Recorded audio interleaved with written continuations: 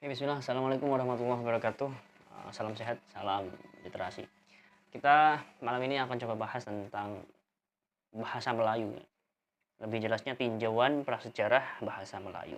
Jadi bahasa Melayu ini merupakan anggota penting di dalam kekerabatan bahasa Austronesia. Di bahasa Austronesia ini sekitar 1000 tahun yang lalu itu tempat lahirnya di daratan Taiwan ya.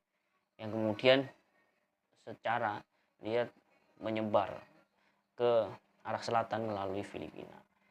Kemudian mendiami pulau-pulau kosong di sana.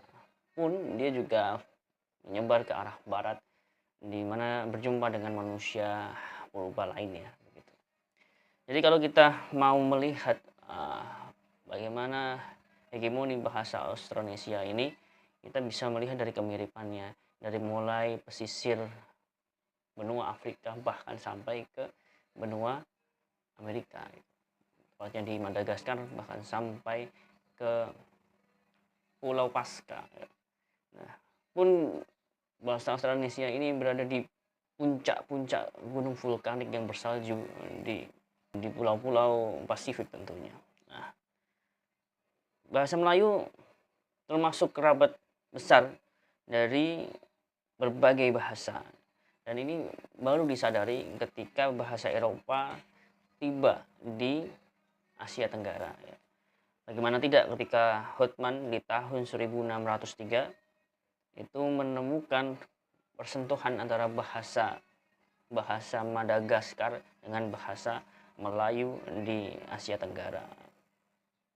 Jadi pengarungan Samudra Pasifik kemudian bisa memunculkan hubungan yang jelas antara bahasa Melayu dengan bahasa Polinesia dalam hal ini. Coba kita lihat di sini, karena bahasa Melayu menjadi tolak ukur perbandingan, sebab dia menjadi bahasa yang cukup lama diteliti, kita akhirnya menemukan bahwa ada irisan antara bahasa Melayu, bahasa Tonga, bahasa Samoa, kemudian juga dengan bahasa Hawaii begitu. Kita lihat di sini ada akar, aka, aa, ada ini. Ada ubi, uvi, uhi.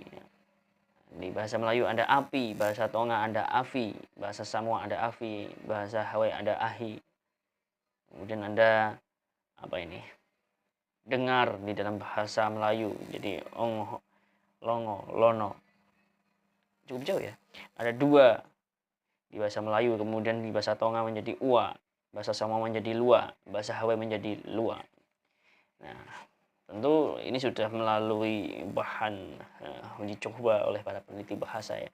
Bagaimana masing-masing bahasa ini ternyata merupakan anak dari bahasa agung, yaitu bahasa Austronesia yang persebarannya luar biasa dan memiliki penutur yang tidak cukup ya, sangat banyak di daratan bumi ini.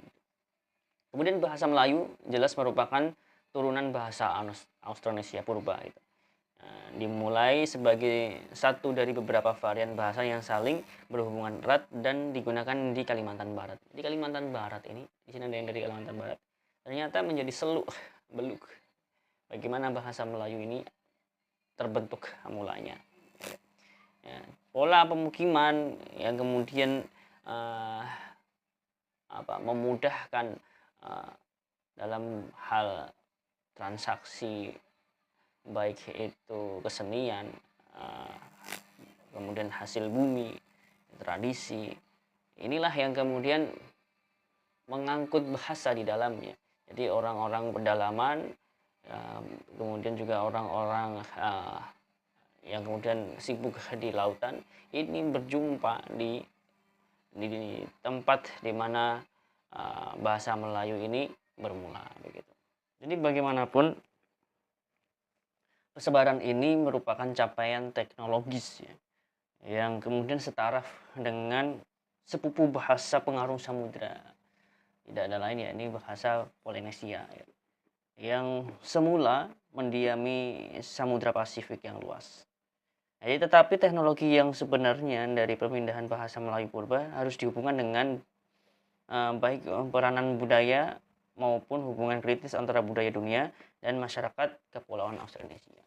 Jadi setelah kita memahami bagaimana bahasa Austronesia itu memiliki anak bernama bahasa Melayu, dan bahasa Melayu itu eh, tersebar sedemikian rupa, mulai dari Kalimantan Barat, kemudian searah dengan perputaran jarum jam ke Kalimantan Timur, bahkan sampai ke Jakarta hari ini, dan mendiami pulau-pulau di sekitarnya, baik itu Bangka, kemudian Maluku, Manila.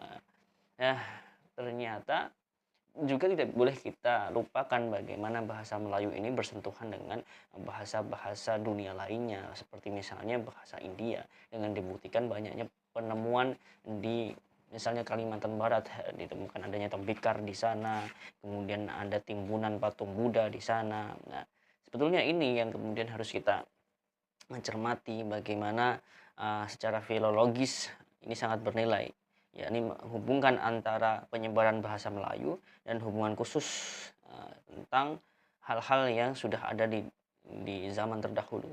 Dalam hal ini kebudayaan India misalnya. Ya mungkin itu saja yang bisa kita diskusikan pada malam hari ini. Kita jumpa lagi di perbincangan-perbincangan selanjutnya. Kalau ada hal-hal yang perlu ditambahkan silahkan komen di bawah.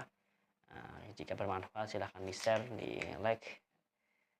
Begitu saja untuk kesempatan kali ini. Assalamualaikum warahmatullahi wabarakatuh.